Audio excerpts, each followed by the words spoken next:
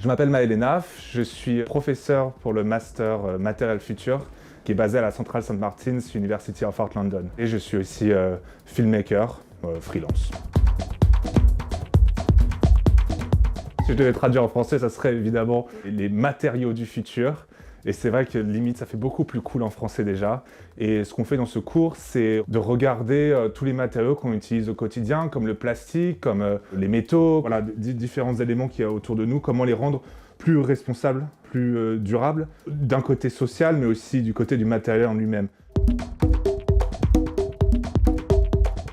Matériel futur de l'architecture, pour moi ce matériel serait le béton. Comment c'est révélateur de notre société, révélateur des personnes qui utilisent le béton. Comment le rendre plus durable, donc du coup essayer de trouver des alternatives avec des plantes, mais aussi des matériaux complètement différents, même l'utiliser des imprimantes 3D. Et c'est assez rigolo parce que le béton est sujet de débat sur tellement de plans, social et développement durable aussi.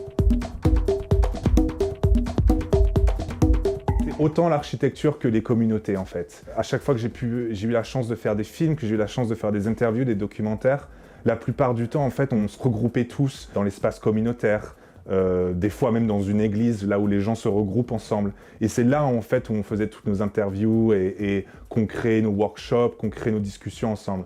L'architecture et les espaces communautaires pour moi ça a été vraiment un outil incroyable pour réussir à avoir quelque chose de spontané en termes d'interview.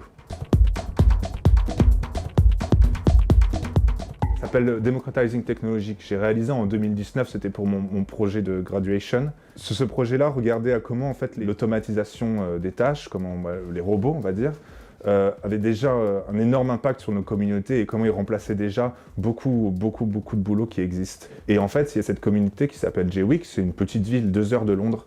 Et plus de 60% des gens qui vivent là-bas sont sur le chômage à cause de ces machines. J'ai d'abord créé un documentaire pour comprendre un peu comment différentes générations de cette communauté voient l'intelligence artificielle et comment en fait ils veulent travailler avec ça.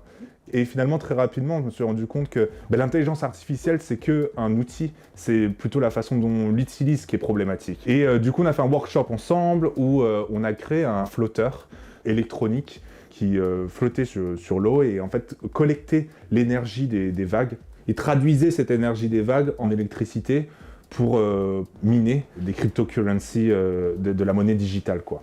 En faisant ça, on a tout autant créé un discours et un débat sur comment on peut voir le futur des technologies à Jaywick et en même temps on a fait un objet qui collectait déjà de l'argent et c'était vraiment symbolique pour dire voilà, la technologie on peut utiliser pour le bienfait des communautés, pour un bienfait social, quoi. Voilà. Ce sera un lieu qui inspire un film. Parce que la plupart du temps, en fait, c'est le lieu et la communauté qui vit dans ce lieu-là qui te donne le contexte pour ensuite créer la narration pour ton film. Comme votre métier, et je pense notamment sur Bordeaux au Mama Shelter, finalement, parce qu'on retrouve vraiment cette idée de prendre un espace comme un contexte et le reconditionner pour le rendre plus moderne, mais aussi ne pas oublier ce qui fait ce qu'il est.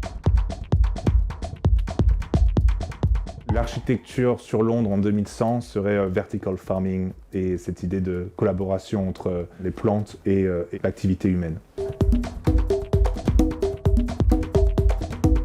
Je choisirais la place Péberlan.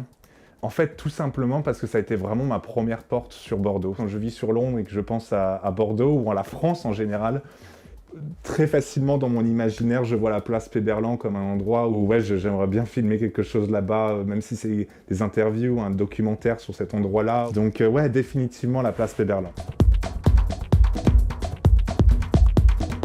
Je suis Bongo Bang, parce que Mama was king of the Congo, Papa was king of the Bongo.